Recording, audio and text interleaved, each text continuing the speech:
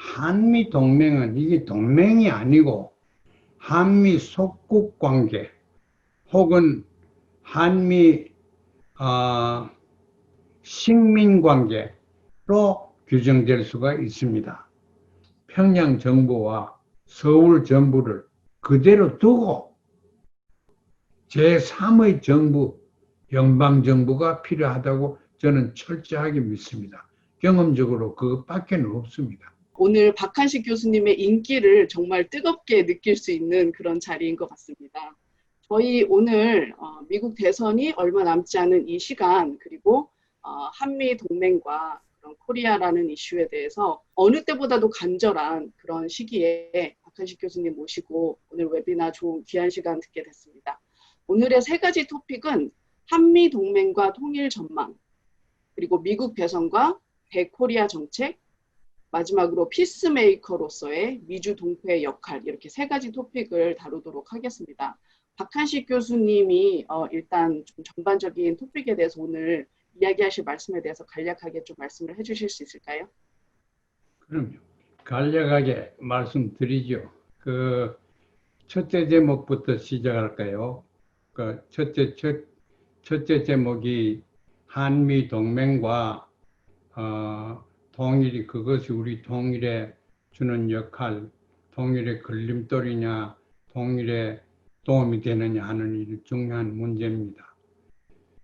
그건 제가 한미 동맹은 동맹이라는 게 그 같을 동자 아닙니까?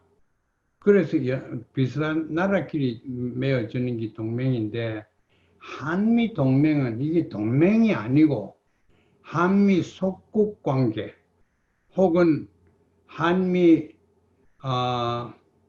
식민 관계로 규정될 수가 있습니다.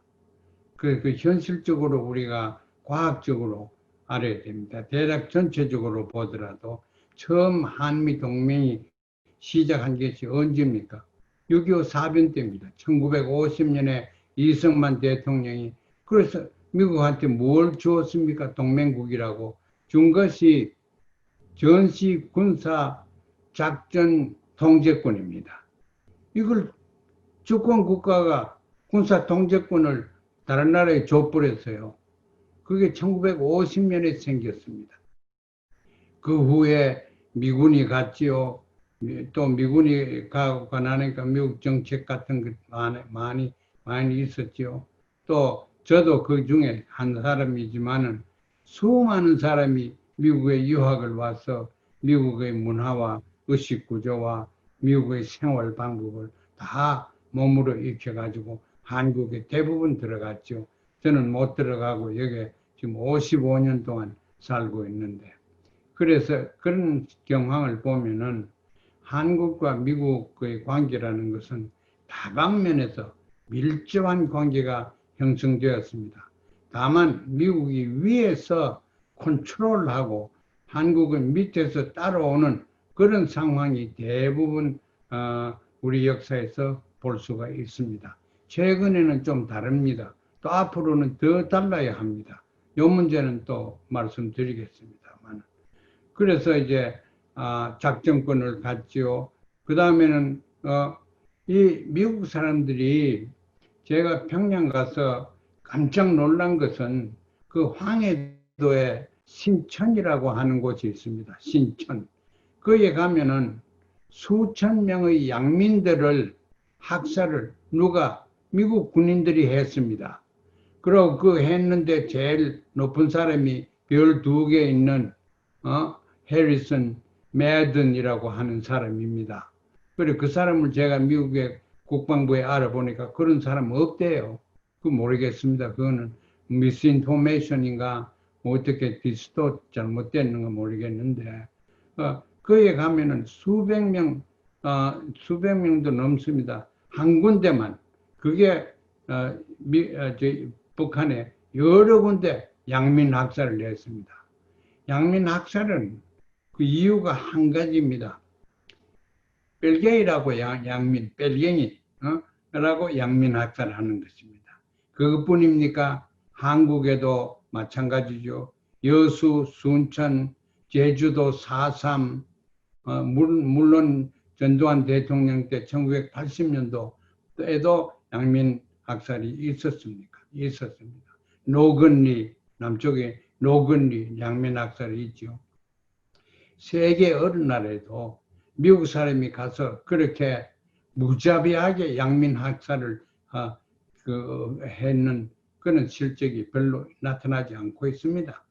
월남 전쟁 때 미국이 가서 뭐 오렌지 에이전트 같은 걸 사용하게 해가지고 양민 학살했다는 말이 있지만 그 한국 사람들을 왜 이렇게 북한 사람들은 양민 학살을 많이 시켰냐?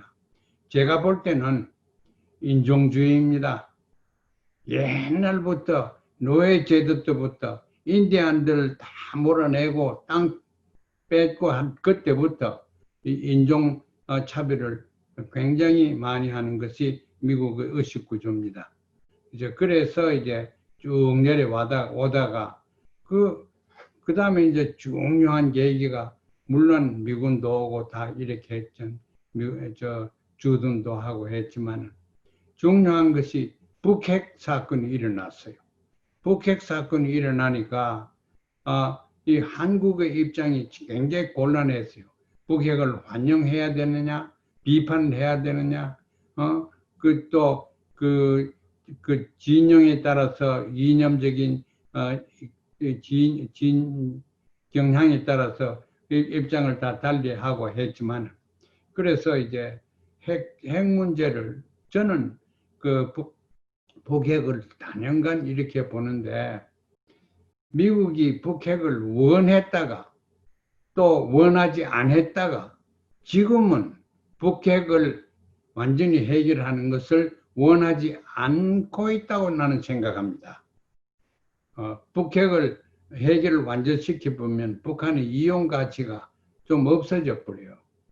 그 이용 가치를 제가 얘기하는 이유가 미국을 옳게 알려고 하면은 세 가지를 알아야 됩니다. 정부를 알아야 되고, 물론 정부를 알아야 되고, 미국의 의식과 문화와 언론이나 이런 걸 미국을 알아야 되는데, 거기서 이제 소위 딥스테이트라는 거, 그림자 정부, 그걸 알아야 돼요. 군산복합체, 이걸 알아야 됩니다.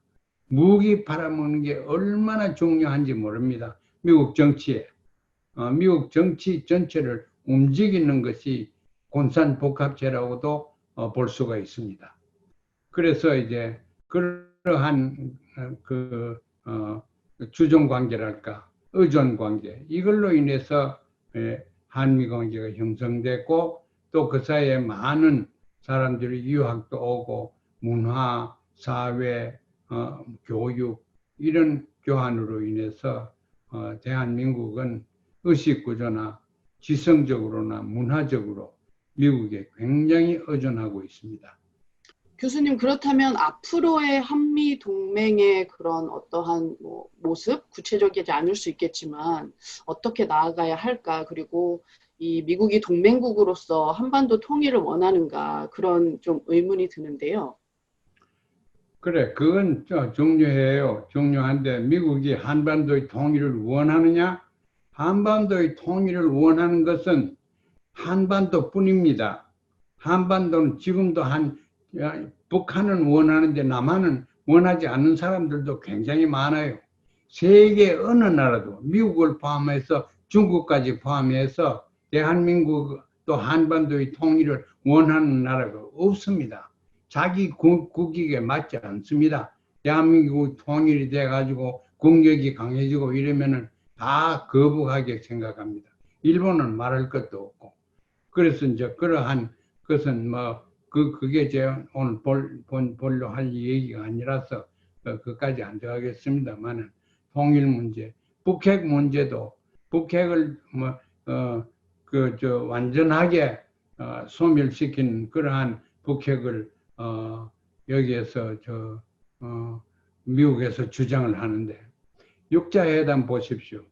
육자회담 그 오랜 세월 동안에 육자회담에서 미국은 어떻게 하든지 북한이 수용 못할 거를 자꾸 찾아가 부탁을 했어요. 조건을 냈어요. 그러니까 해결 안 하자고 하는 방향으로 끌고 갔다고 나는 그렇게 봅니다. 객관적으로 과학적으로 볼 때 그 어느 나라가 완전한 비핵화를 아무 대가 없이 또 줄 사람이 어디 있으며 그것도 방법이 일괄다기라 그래서 한목에 전부 다 포기해라. 그러면 우리가 줄 거 주겠다. 줄 거 무엇인지도 없어요. 그래서 이제 미국이 우리 동맹 관계지만은 핵무기를 완전하게 빨리 해결하는 것도 아니고 통일을 원하는 것도 아니고 그러니까 통일의 장애 요소가 될 수밖에 없지요. 그런데 그 미국이나 뭐 중국이나 규탄하기 전에 대한민국 혹은 북한이 정신을 차려야 됩니다.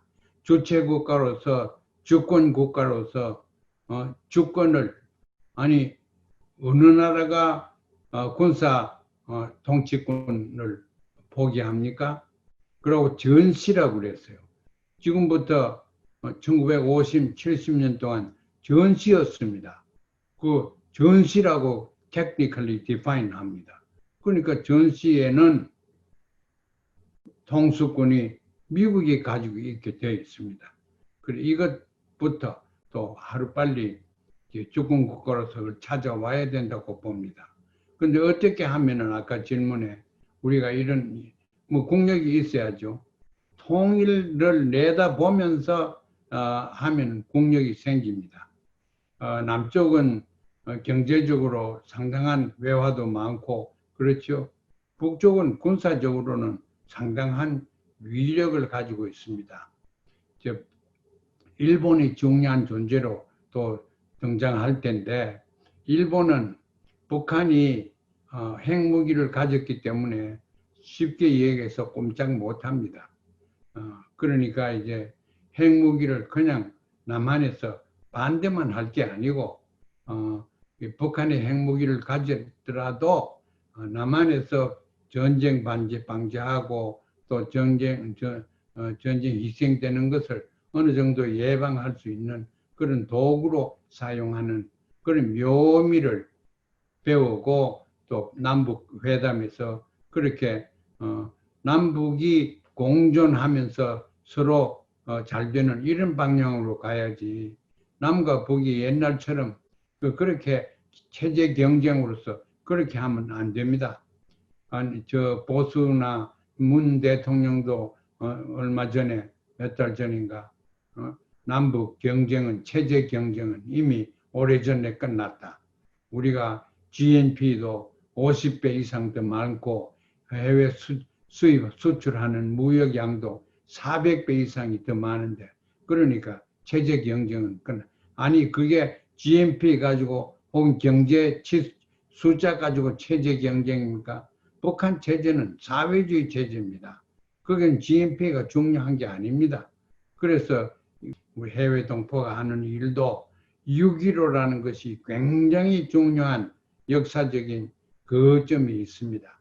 이제 그걸 우리가 들여다보고 그게 묘미를 발견해서 6.15가 구상하는 통일의 패턴이 어떤 거냐 이런 걸 우리가 찾아내야 되리라고 생각합니다. 저희한테 굉장히 큰 숙제를 주신 것 같습니다. 남한과 미국의 그런 남한이 진정한 주권 국가로서 이제 일어서야지 동맹이 가능하다라는 그런 숙제를 주셨는데, 트럼프 대통령은 어쩌면 지난 4년 정도 겪어봤다고 할 수도 있고, 또 바이든 대통령은 상원 의원으로서, 그리고 또 오바마 대통령 임기 시절에 부통령으로 어떻게 보면 경험을 해봤다라고 할 수 있겠지만, 교수님은 바이든 부통령이 상원 외교위원회 Senate Foreign Relations 그 소속 당시 함께 토론을 하셨던 그런 경험이 있다라고 얘기를 들었고요. 앞으로 미국 대선 55일 남았는데 앞으로 대선과 이 대코리아 정책이 어떻게 진행될런지 교수님 의견이 좀 궁금합니다. 제 생각에는 그 두 사람 중에 누가 되든 별 관계가 없습니다. 지금 상황을 타개해서 뭐 잘 나갈 방법이 없습니다. 트럼프가 뭐 상당히 인기가 있다고 그러는데 한국에서도 그렇고 트럼프가 되기를 원하는 학자들도 있고 그런데 제가 볼 때는 트럼프가 아무로 할 능력도 없습니다. 그리고 미국을 움직이는 것이 대통령과 의회만 그런 것만 보지 말고 소위 딥스테이트라는 거 이런 걸 보면은 트럼프가 딥스테이트를 움직일 능력은 전혀 없습니다. 그래서 트럼프가 돼도 뭐 좀 만나가지고 사진 찍고 뭐 김정은이 하고 이런 거는 하겠지만 정책적으로 지금 당장은 북한이 가지고 있는 이 제재를 완화시켜야 됩니다. 미국이 독자적으로 가한 제재도 많은데 그 중에 아무것도 완화시키지 못하고 있습니다. 그럴 능력도 없고 그럴 의사도 없습니다. 그래서 트럼프가 대통령, 저는 트럼프 편이 아닙니다만은 트럼프가 대통령이 될 가능성도 희박합니다. 물론 이제 한 2달도 안 남았으니까 우리가 옛날 자유당 때 경험했던 부정선거 같은 게 나타나기 시작합니다. 미국에서 2020년에 이제 그러니까 이제 이런 것도 부정선거랄까 이 대표 타락된 그런 정치 제도에서 나타나고 뭐 그런 게 이제 구체적으로 있습니다. 그래서 안 되겠고 또 된다고 그래도 대한민국 통일이나 또 북미 관계에 더 좋은 영향을 끼칠 수 있는 능력이 없다고 생각합니다. 그런데 이제 조 바이든은 그럼 어떤 사람이냐? 조 바이든은 그 사람 의회에 오랫동안 있었는데 의회에 있을 때는 제가 몇 번 만났습니다. 회의도 같이 하고 그랬는데 이 사람은 굉장히 합리적인 사람입니다. 이념적으로 진보적인 사람은 결코 아닙니다. 그건 미국 민주주의를 신봉하는 사람이고 그러나 합리적인 사람입니다. 그리고 한 가지 트럼프하고 다른 것은 이 사람은 문화나 인종이나 이념이나 체제나 이런 걸 볼 때 다양한 체제를 수용합니다. 트럼프는 그렇지 못합니다. 아메리카 퍼스트, 미국처럼 다 돼야 되고 그런데 이 바이든은 그러한 경향이 어디서 나타났냐면은 카말라 해리스 부통령을 뽑는데 부통령 지명자를 뽑는데 이 카말라 해리스 흑인을 뽑았거든. 그 카말라 해리스는 미국에서 볼 때는 하버드 대학교 나왔고 흑인이에요. 완전한 흑인이에요. 그런데 자기 조상이 노예 생활을 했는 흑인은 아닙니다. 오바마도 그러한 흑인이 아닙니다. 그 차이가 있습니다. 그 사람의 오리엔테이션이 거기에서 나타납니다. 그래 이 카말라 해리스는 자기 아버지는 자마이카, 저 남쪽에 있는 자마이카, 그게 출신 흑인이고 자기 어머니는 바로 회교도인 인도 사람입니다. 그리고 자기가 제일 영향을 많이 받은 사람이 인도 사람이고 회교도적인 그런 환경에서 살았으니까 상당히 다양한 문화, 다양한 의식 구조 이런 게 카말라 해리슨이 있다는 것을 조 바이든도 알고 그래서 그게 앞으로 팀이 돼가지고 앞으로 행정부가 그렇게 나오면은 제가 희망하기는 북한을 이 양분법으로 보지 마라. 자본주의냐 사회주의냐 뺄갱이냐 아니냐 그런 식으로 보지 마라. 그건 옛날 얘기다. 냉전 때 국제 문화나 정치 질서가 그걸로서 끝났다. 이제는 다양한 거다. 노스 코리아라는 것은 자본주의도 아니고 사회주의도 아니고 특별한 가부장 제도주의랄까 또 종교성이 상당히 있습니다.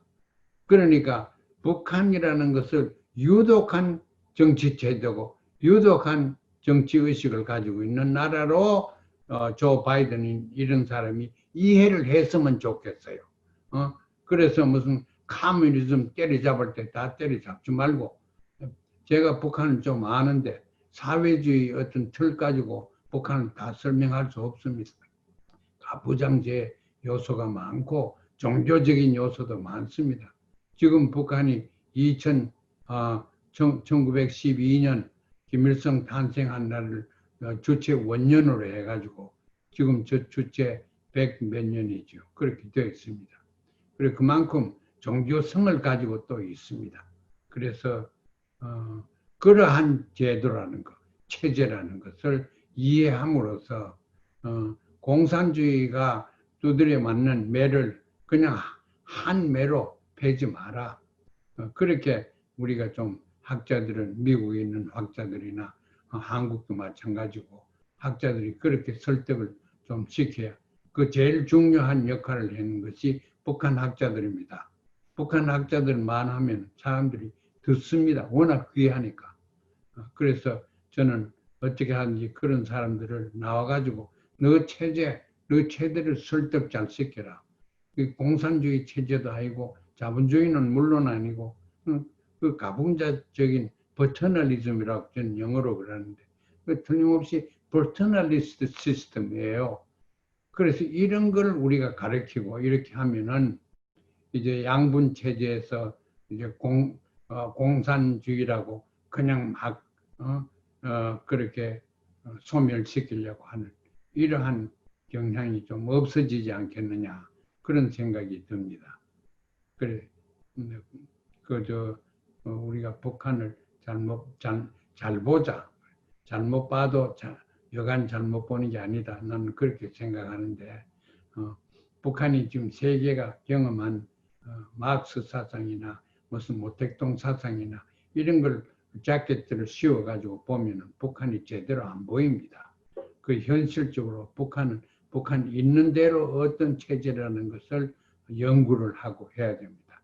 그런데 북한 연구가 지금 보니까 굉장히 잘 안 되어 있습니다. 자료도 없고, 그 탈북한 사람들이 뭐 쓰고 말한 그건 또 미국의 CIA나 이런 데서 탈북한 사람들을 이용을 해가지고 여기에 보수 세력을 또 북한을 악마화시키는데 도움이 주는 그러한 세력을 조장시키는데 그 역할을 지금 그대로 하고 있습니다.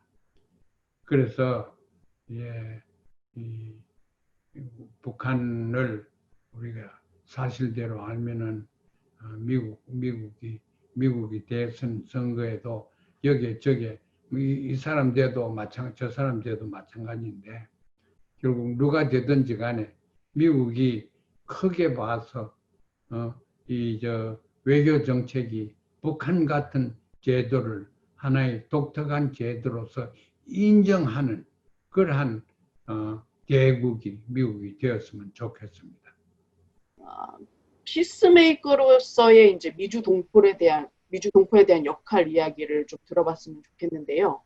특히 이제 미국에 사는 유권자로서 미주 동포의 역할이 나름대로 무게가 있다고 생각이 됩니다. 저는 개인적으로 워먼 크로스 DMZ라는 단체에서 상근을 하고 있고, 그리고 또 넓게는 코리아 피스 나우 그라스루트 네트워크에서 활동을 하고 있는데, 저희가 재작년에 이제 중점적으로 했던 활동이 미국 의회에서 한반도 전쟁을 종식시키기 위한 평화협정을 요구하는 하원 결의안 152 결의안을 지지하는 의원들을 늘리는 그런 애드vocacy 활동을 하고 있는 것이 저희 이제 동포들의 나름대로의 독특한 역할을 보여주는 한 예가 아닐까 싶은데, 페이스메이커로 활동을 해 오신 교수님, 그리고 또 앞으로 동포들에게 이제 바라는 그런 역할, 그런 것들이 있다면 어떤 것일지 좀 말씀을 나눠주셨으면 좋겠습니다. 네, 그 얘기 하고 싶어 죽었는데 이제 묻는구나.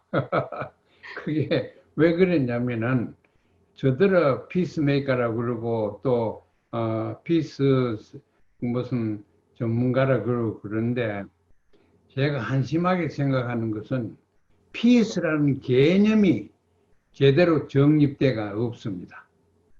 전쟁 안 하는 것이 피스라고 보는 것은 완전히 잘못된 겁니다.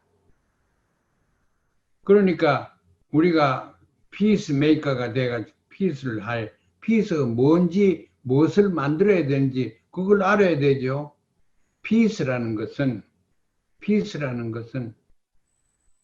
정복이나 이런 데서 오는 것이 아니고 peace라는 것은 조화입니다. 그 우리말도 평화 아닙니까? 이 평화. 중국말은 화평, 그러니까 화평인데 조화를 시킨다는 것이 평화입니다.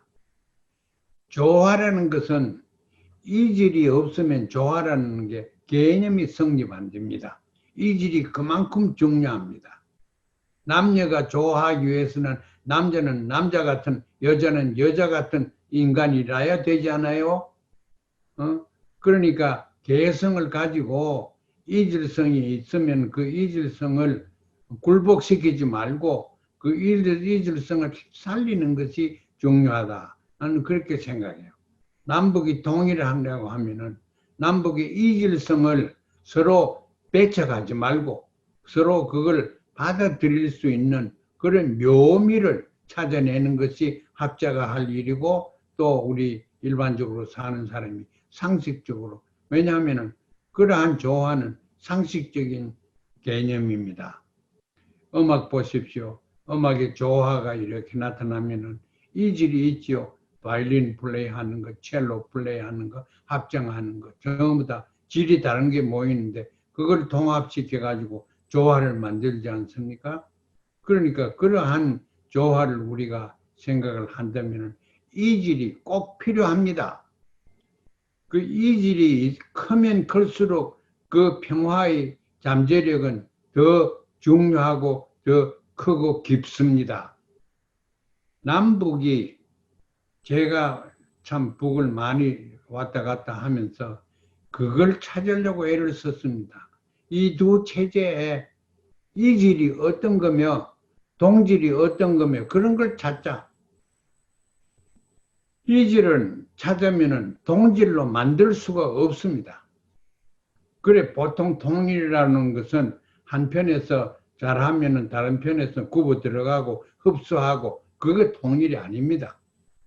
그 평화적인 통일은 정복한 통일은 물론 강압으로 해서 전쟁처럼 하지만은 평화적인 통일이라는 것은 그 이질을 상대방을 관용하고 포옹을 해야 됩니다.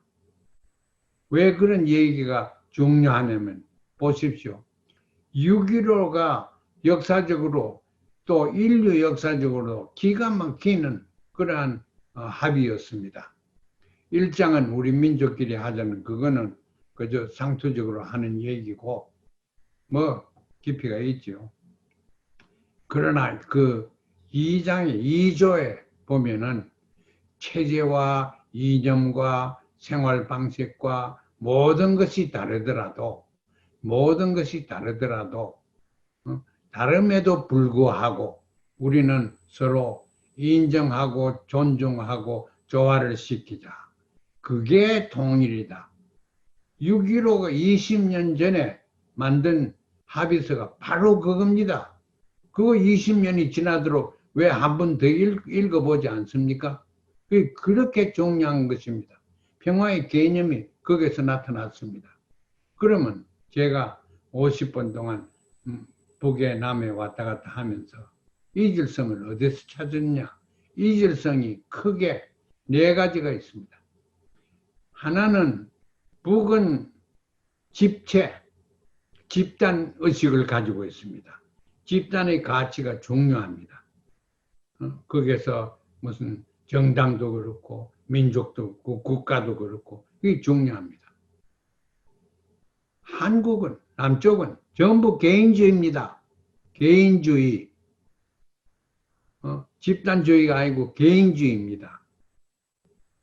그래서 이제 개인주의를 또 더 북돋우는 것은 사유재산을 가진 자본주의지요.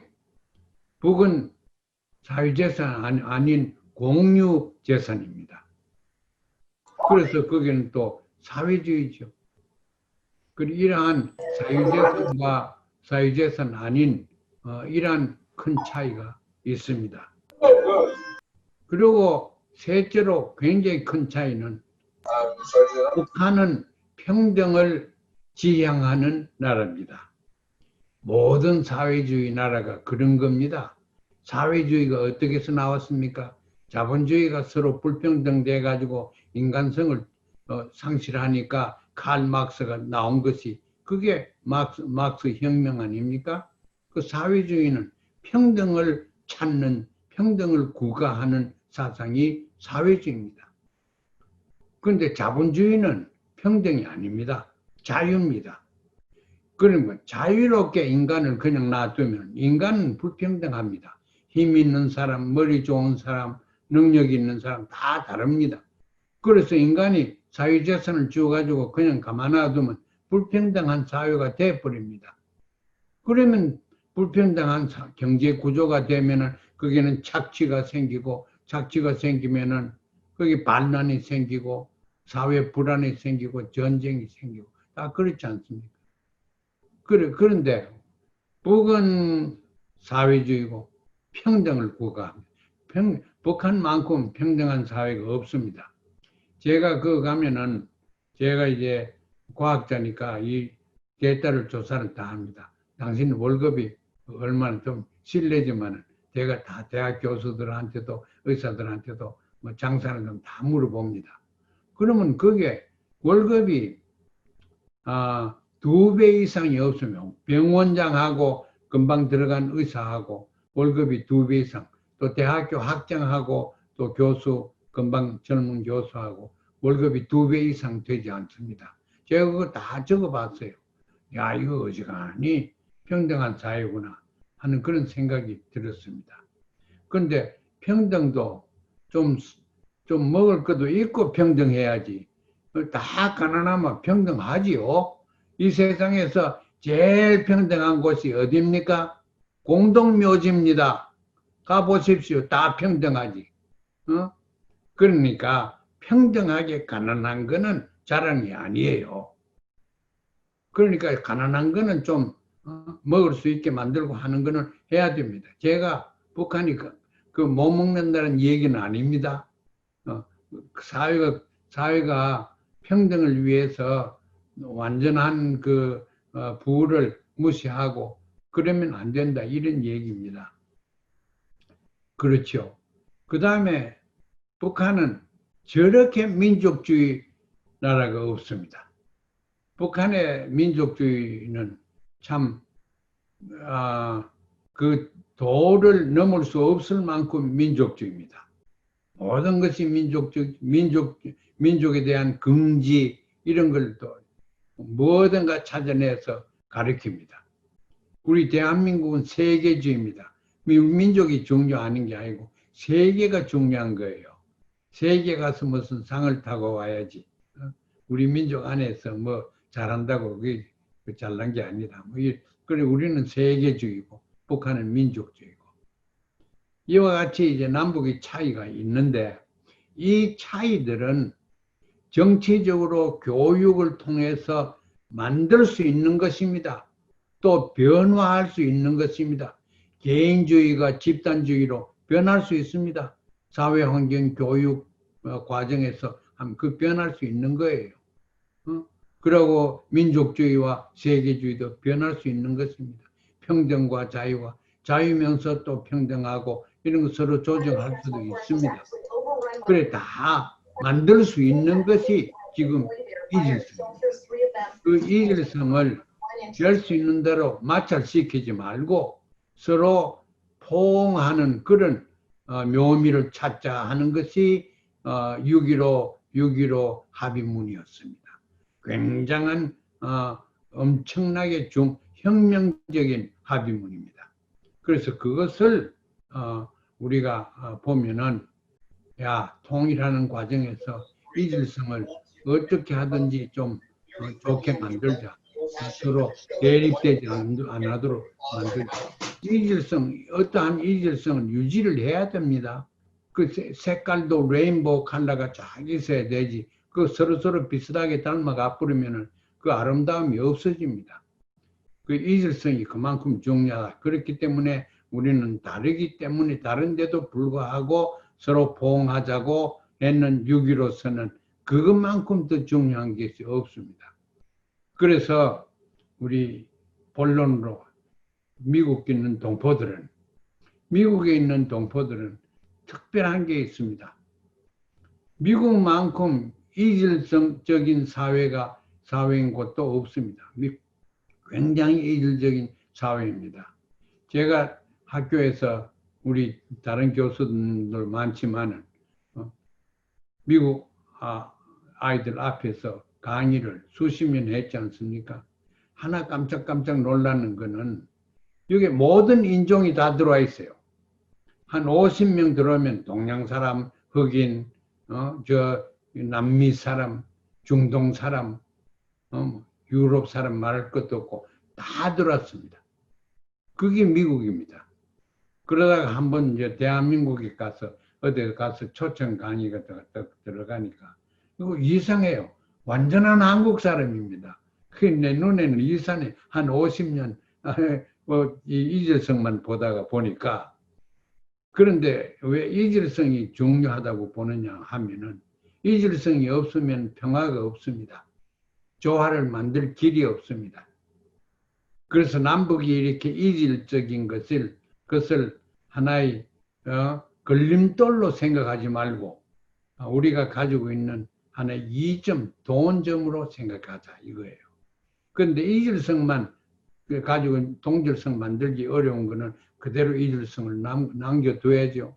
그런데 남북에서 동질성이 있습니다.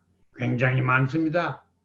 제가 뭐 상식적으로 발견했는데 제가 북에 가서 깜짝깜짝 놀라죠.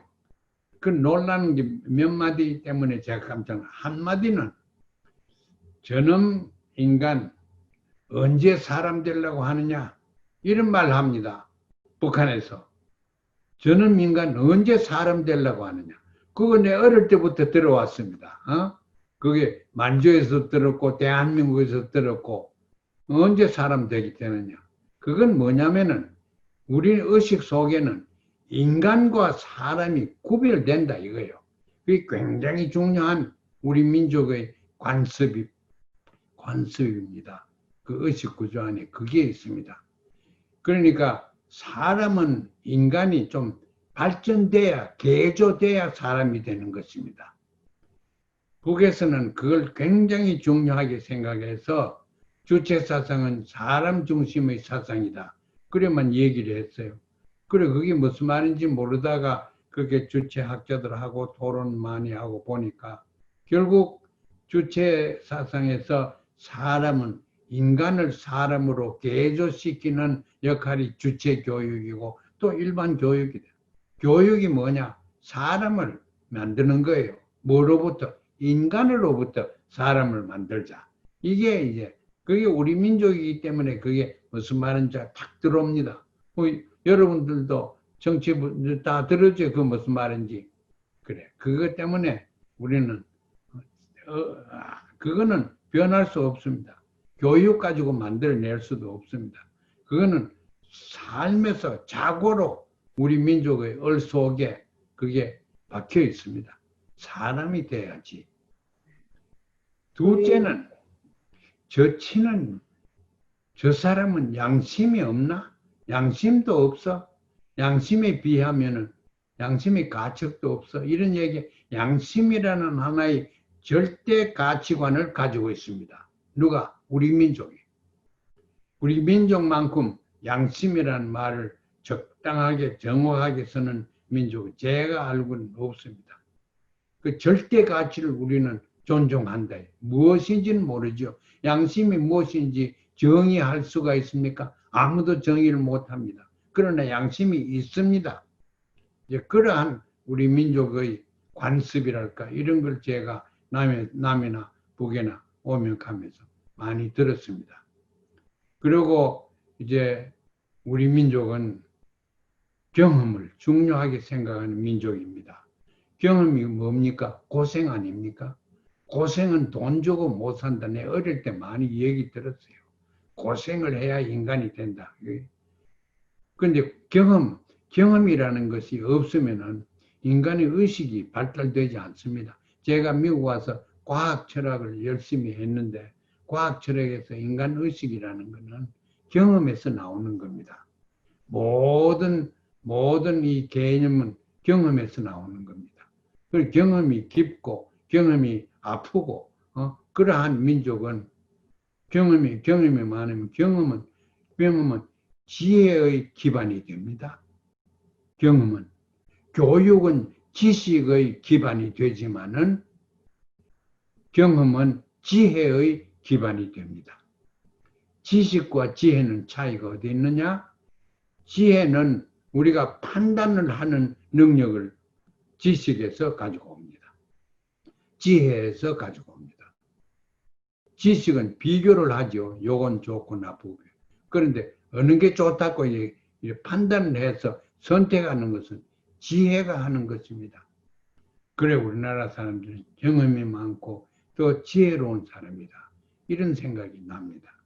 이런 데서 우리 민족의 긍지를 찾아야지 돈 몇 푼 더 버린다고 긍지를 찾고 뭐 폭탄 몇 개 더 있다고 긍지를 찾을 때는 그건 살기 위해서 그랬다고 그래도 그렇게 해서 우리 민족의 긍지를 찾으면 다른 민족 뒤만 따라가고 볼일 다 봅니다. 그래서 우리 민족의 긍지는 우리 인간에 있다. 우리 민족이라는 인간에 있다. 그 이 인간의 개성이 한국, 조선 인간은 이런 거다. 그걸 우리가 좀 알고 공부하고 학생들한테 토론도 많이 시키고 통일교육이 그런 걸 해야 된다고 생각합니다. 그래, 그러면 이제 본론으로 끝에 와서 이 한국 사람들이 여기에 대부분 미국에 온 사람들은 대부분 한국 사람들이에요. 북한에서 온 사람들 없습니다. 그런데 우리 민족이 한 800만이 외국에 사는데 그 중에 200만이 미국에 살고 또 200만이 중국에 삽니다. 우리 민족 800만 중에 절반이 그 중에 절반은 미국에 또 다른 절반은 중국에 삽니다. 세계 양대 진영에 제일 중요한데 그가 삽니다. 그런데 중국에 사는 우리 민족과 또 미국에 사는 우리 민족은 굉장히 큰 차이가 있습니다. 중국에 사는 사람들은 100% 북한 사람들이죠. 사회주의를 신봉하는 사람들입니다. 중국에 계시는 우리 동포들, 저도 그 중에 하나로 있다가 나왔지만 동포들은 중국 사람이라는 것을 긍지를 느낍니다. 또 중국이 북한하고 이념이 같은 데 대해서 긍지도 느낍니다. 그런데 미국에서 온 우리들은 너무나 다양합니다. 물론 뭐 북한을 조금 긍정적으로 보려 그러면은 색깔론을 붙여가지고 무슨 친북 인사니 종북 인사니 제가 그런 얘기를 많이 듣고 살았죠. 평양에 가지 말라는 거 자꾸 간다고. 그렇게 이제 여기는 좀 살기가 어렵고 다양한 사회입니다. 그럴수록 조화를 쉽게 터득할 수 있는 곳이 미국입니다. 오늘 제 얘기 변변찮은 거 이걸 주최하는데 보니까 몇 조직이 합해가지고 하시대요. 그 얼마나 우리가 다양한 모습입니까? 다양한데 일을 같이 할 수 있다요. 같은 목적을 위해서 다양한 개체들이 모여가지고 일을 할 수 있다. 이게 미국에서 우리가 배웁니다. 그걸 배워놓으면은 남북 통일해서 남북을 이제 왔다 갔다 해 보십시오. 그 이질성이 너무 첨예하게 마찰이 돼서 사회 불안, 의식적인 불안, 그런 여러 공백 상태가 생깁니다. 그래서 우리는 미국에서 보고 세계를 다 보고 미국에서 세계 다 보지 않습니까? 그래서 우리가 통일된 우리 조국에 좀 그런 의미에서 이지를 좀 끌어안을 수 있는 그런 방법과 생활 방법과 태도를 우리 동포들은 국제 결혼한 사람이 얼마나 많은가 몰라도 그게 얼마나 국제 결혼하는 것이 좋은 경험입니까? 물론 문제도 많지만 말할 수 없는 경험을 줍니다. 그래서 경험적으로 우리가 본다면 지혜적인 차원에서 본다면 우리 민족이, 미국에 있는 우리 민족이 잠재적으로 굉장한 지혜를 가지고 있는 민족입니다. 거기에 대해서 우리가 긍지를 느끼고 무슨 같은 걸 자꾸 하려고 하지 말고 다른 조직과 다른 경향을 가지고 있는 사람들이 같이 합해가지고 더 높은 차원의 공동선을 추구하는 그것이 평화를 하는 것입니다. 그것을 우리 그렇게 미국에서 우리가 생활해서 평화적으로 살지 않으면은 남북 통일하는데 도움을 줄 수가 없습니다. 그래서 우리는 평화적인 통일을 위해서 미국에서 우리가 살고 있는 다양한 사회의 경험을 그대로 살려가지고 조국 통일에도 이바지할 수 있는 일을 할 수 있지 않겠느냐 이렇게 생각하면서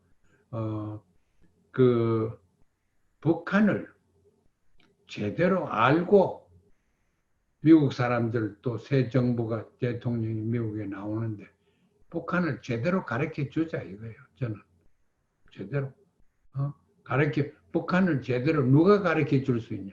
우리가 가르쳐야 됩니다.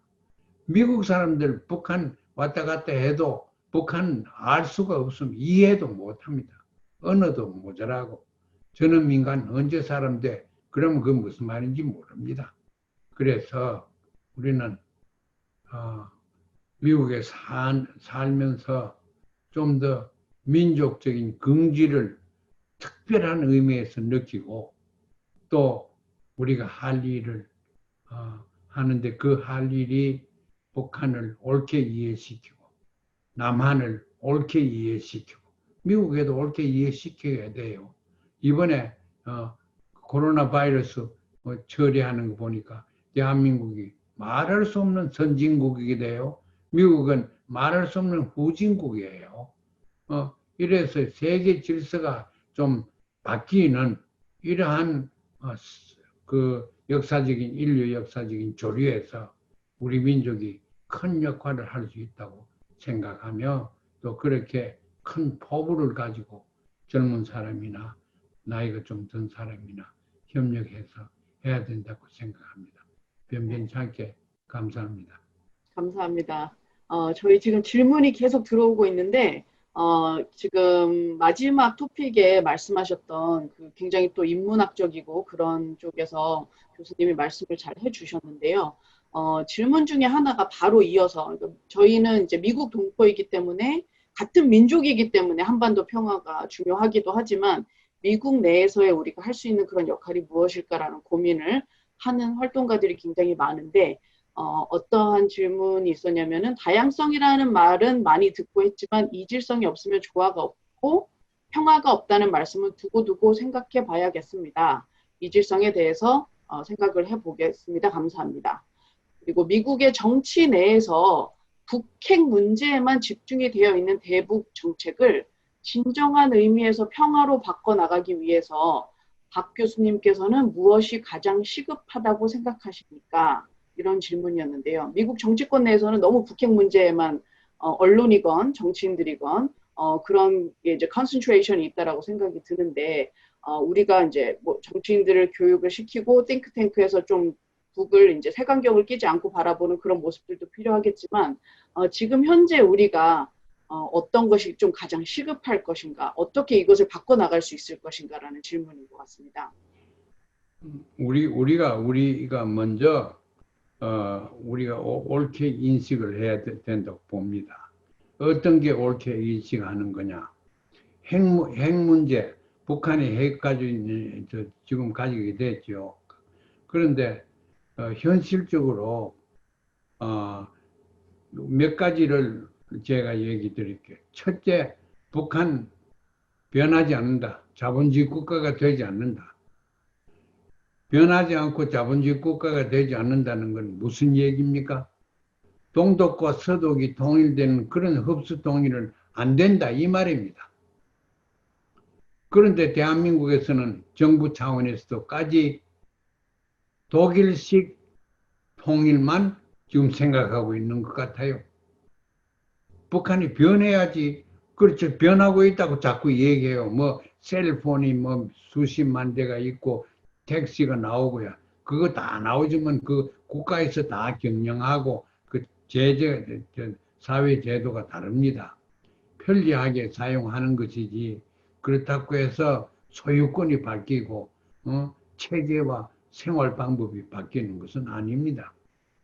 그래서 우리가 북한을 어, 어, 그 있는 그대로 해서 우리가 잘 이해해 가지고 우리 주위에 있는 사람 직장인은 노스 코리아에 모두 관심을 많이 가지고 있습니다. 그 노스 코리아 핵은 저 이미 강 건너갔다. 저는 그렇게 생각합니다. 비핵화 되지 않습니다. 되지 않을 뿐만 아니라 미국에서 원하지도 않습니다. 비핵화를 해버리면은 북한의 이용 가치가 떨어집니다. 미국의 입장에서 볼 때. 저는 그렇게 생각을 하고, 그러면은 핵을 인정하는, 가지고 있는 북한을, 노스코리아를 우리가 인류 사회에서 받아들여야 된다고 나는 생각을 하는데, 그게 굉장히 어렵지요. 그렇게 하기가. 그런데 북한은, 제가 북한에 가서 이 얘기는 어떻게 하냐면, 핵무기 무슨 완전하고 무슨 입을 리버스블 하고 이런 핵 다 포기해라 이거 다 포기해라 달라는 거 다 줘라 이거. 그 대신에 평화를 위해서 북미 관계를 정상화시키고 평화 조약을 맺고 요것만 달라 그래라. 평화 조약을 하고 평화 조약은 반드시 중국 혹은 중국 러시아가 포함된 미국, 남북 이렇게 해가 육자가 적어도 포함 EU까지 들어오면 더 좋고 국제적인 틀 속에서 한반도의 평화 조약을 평화 체제가 평화 조약이 만들어져야 된다. 그리고 국교를 각각 정상화시키라.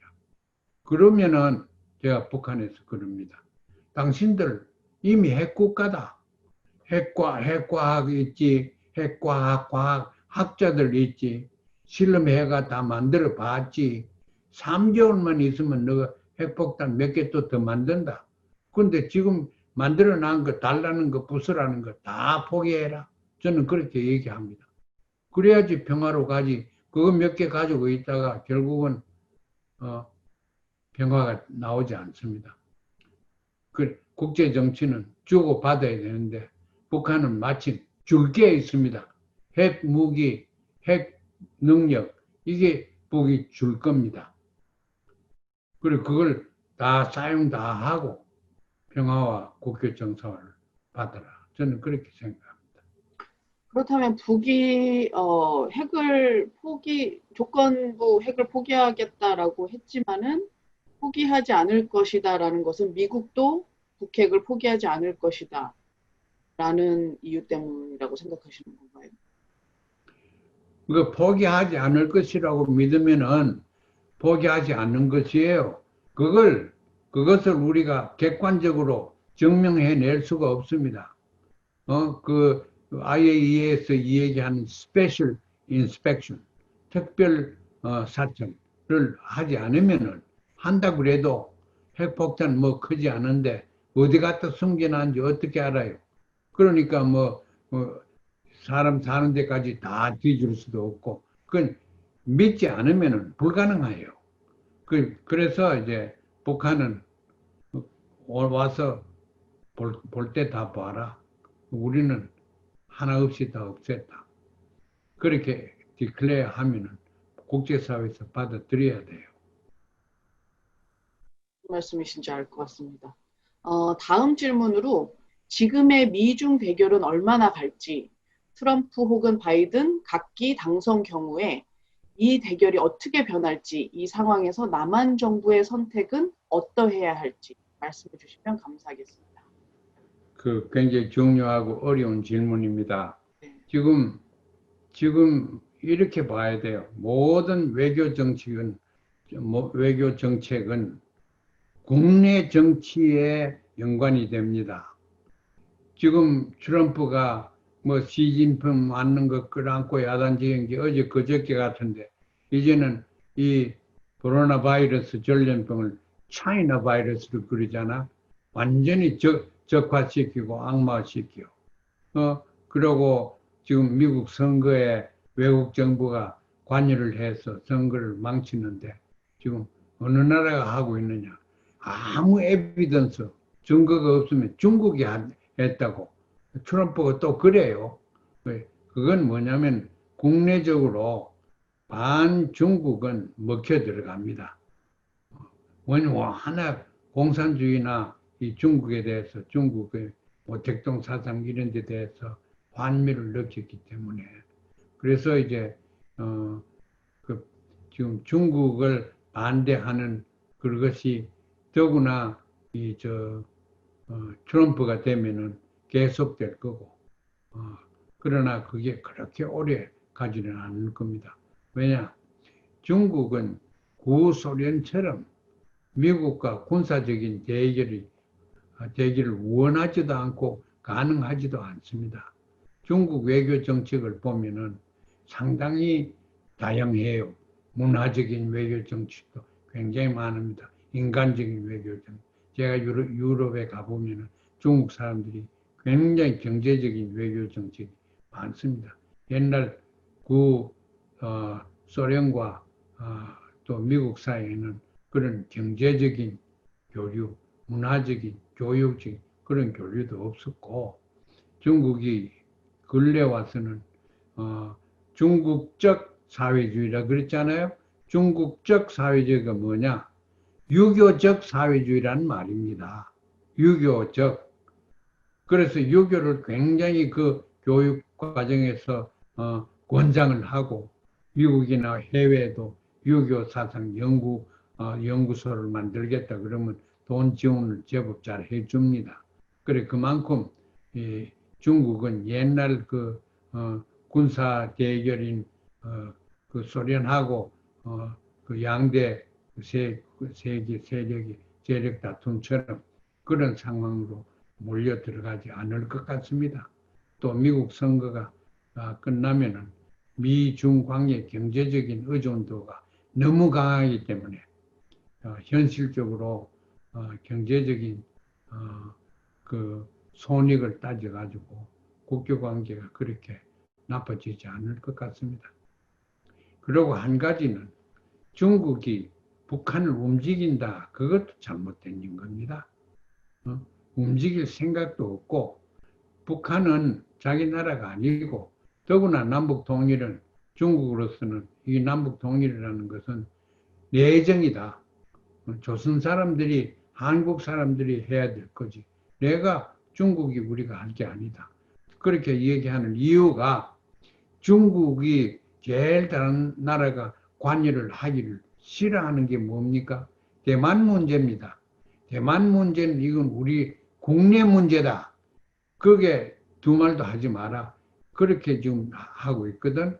그런데 자기는 한반도 같은데 내정에 간섭하면 자기 내정 간섭하지 마라. 이렇게 못 하잖아요. 그래서 이제 그러한 것도 있고 해서 북한이나 이 한반도에 결정적인 영향을 이렇게나 저렇게 미치지 않을 것 같습니다.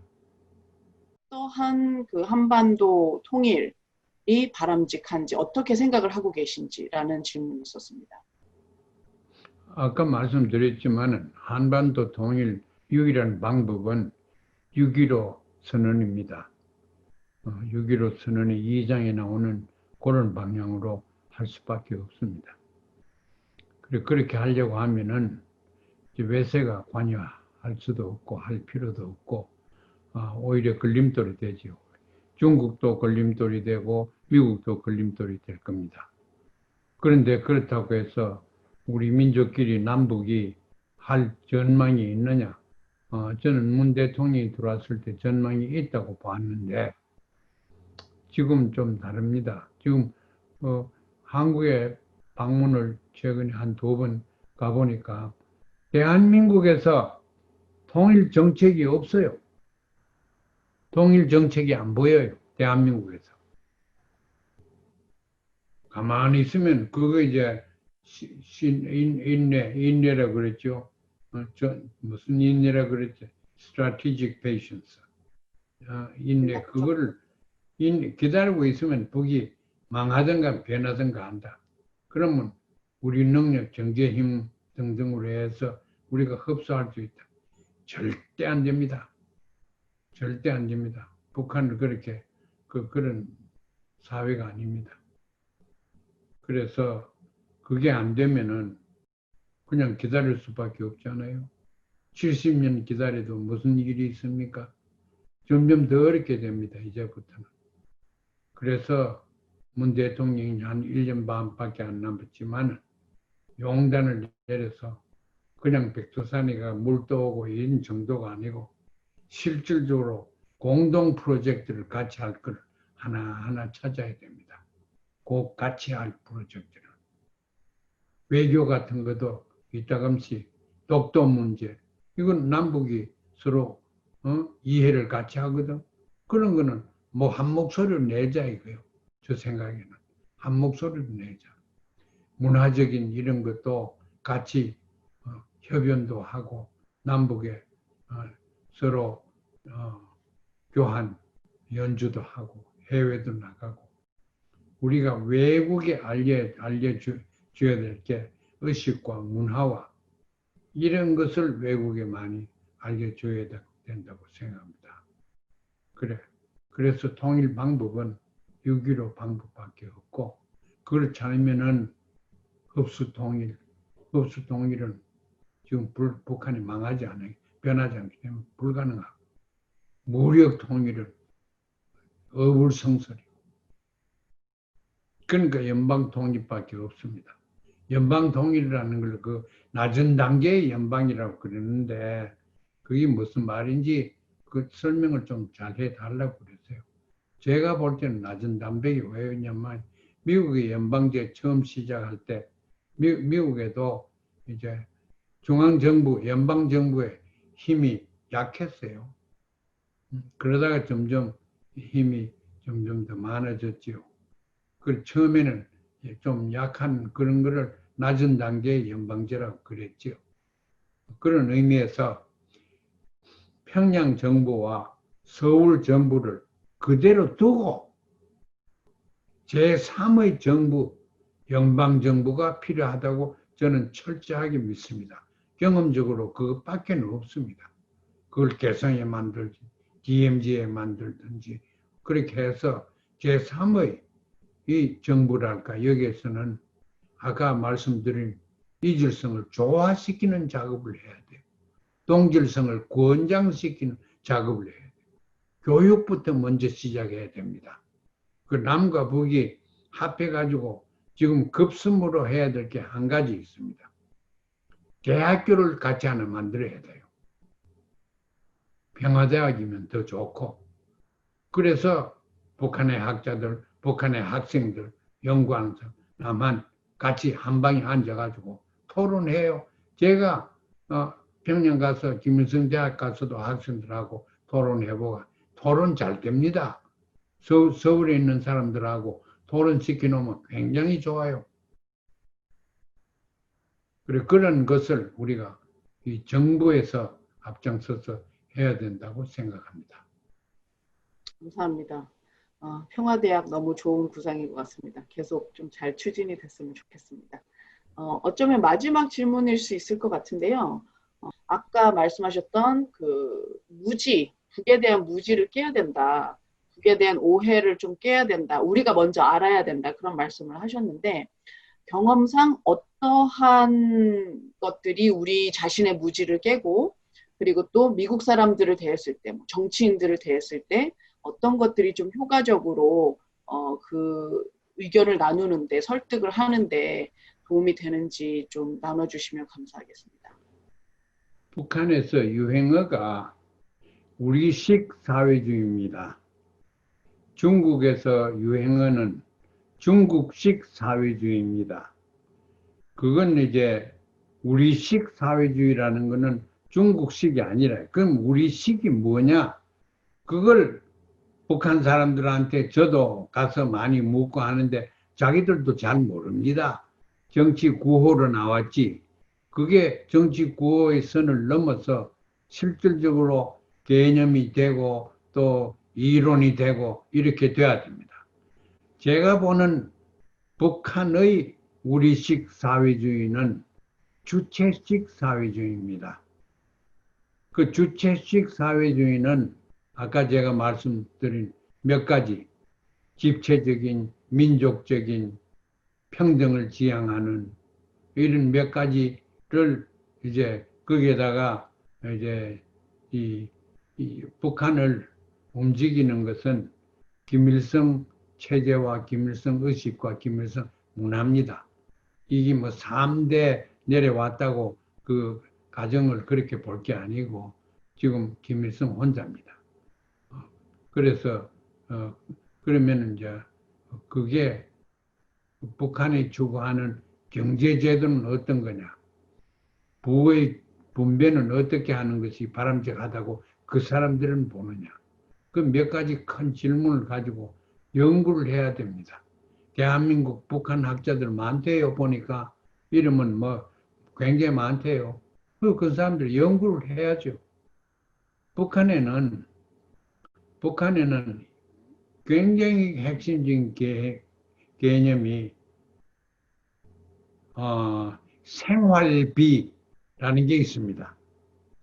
생활비는 누구든지 버려야 되고 누구든지 보장이 돼야 됩니다. 그런데 생활비는 큰 차이가 없습니다. 먹고 입고 뭐 자고 이런 거 아닙니까? 그 주택은 전부 다 국가에서 나오는 거고 먹고 입는 거 뭐 뚱뚱한 사람 좀 더 먹을겠지만은 그게 중요한 게 아니기 때문에 그 생활비가 비교적 평등합니다. 그 생활비가 보장됩니다.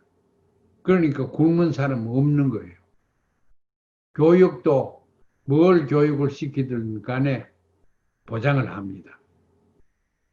그런 식으로 이제 북한 사회를, 북한 사람들은 개념 정립을 한다는 걸 우리가 알아야 돼요. 북한 학자들이 알아야 돼요. 북한 학자들이 대한민국에서 뭘 가지고 연구를 하는지 모르겠어요.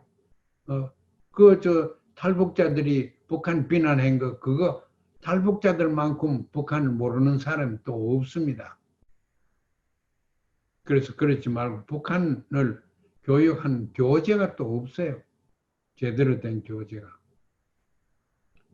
그러니까 미국에 있는 학자들이 아까 보니까 제가 좋아하는 학자들도 몇 분 여기 아까 방에 계시던데 그 학자들도 이제 북한 연구를 해서 이제 외국 사람이나 또 한국 사람이나 우리 동포들한테도 우리가 우리 스스로를 좀 아는 북한이 우리니까 알아야 되겠다.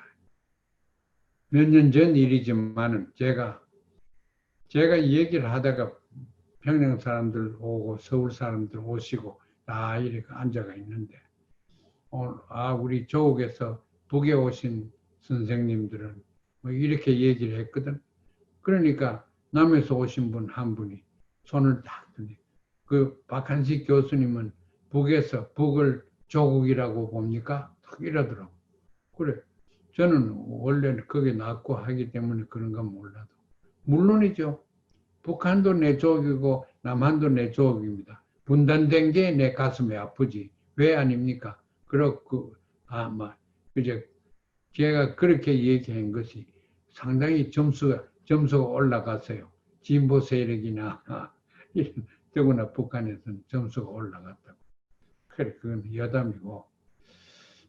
그렇다면 미국 사람들이랑 대화를 할 때 좀 경험상 이런 것들은 좀 설득이 되더라. 뭐 그런 경험담이 혹시 있으신가요? 미국 사람들하고 대화할 때 제일 중요한 것이 물론 North Korea with the Korean characteristics지만 is still socialism. 소셜리즘 미국 사람들은 몰라요.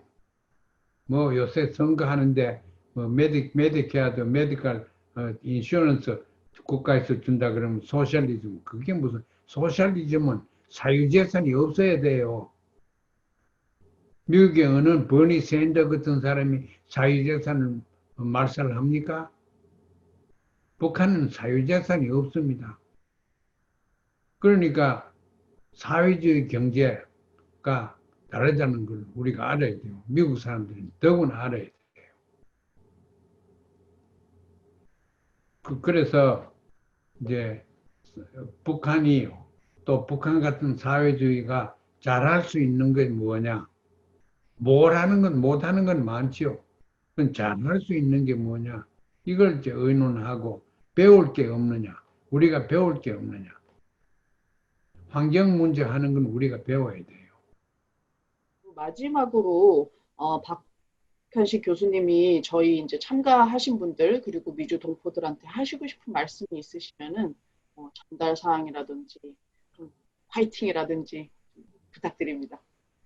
북한을 있는 그대로라는 것은 왼쪽이냐 오른쪽 그게 아니고 제3의 국가다. 라는 걸 그리고 북한을 그 가부장 제도의 국가라는 거. 그게 우리 유교를 가지고 있는 사람들은 아지요. 가부장 제도. 서울에 가도 뭐 기독교도 많고 뭐 불교도 많고 그래도 아니 뭐 날이 되면은 아니 기차가 뭐 경부선에 뭐 다 전국적으로 기차가 꽉 차 있고 있대요. 어? 그 부모님들한테 어른들한테 세배간대. 그 얼마나 아름답습니까? 그게 남쪽만 있습니까? 북쪽에도 있습니다. 그래서 그런 거는 외국 사람들은 몰라요. 외국 사람들은 부모가 나이가 많으면은 어디 인스티튜션이나 요양원에 갖다 넣고 해결하려고 그러죠.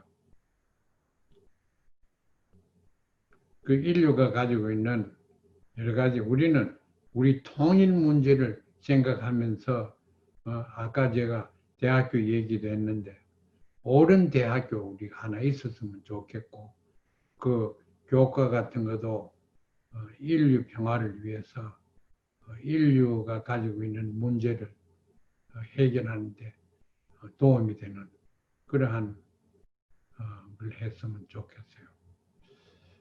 오늘 수고해주신 박한식 교수님 정말 감사드립니다. 큰 박수 하는 말. 아니 유럽에도 그렇고 뭐 한국에도 그렇고 오셨다고 하는데 이 여러 종류의 분들이 오시면은 얘기한 줄거리를 찾기가 어렵습니다. 이분을 생각하고 저분을 생각하고 할 수도 없으니까 변변찮은 얘기를 들으려고 많은 실망이 되더라도 격려하는 의미에서 잘 들어주셔서 고맙습니다.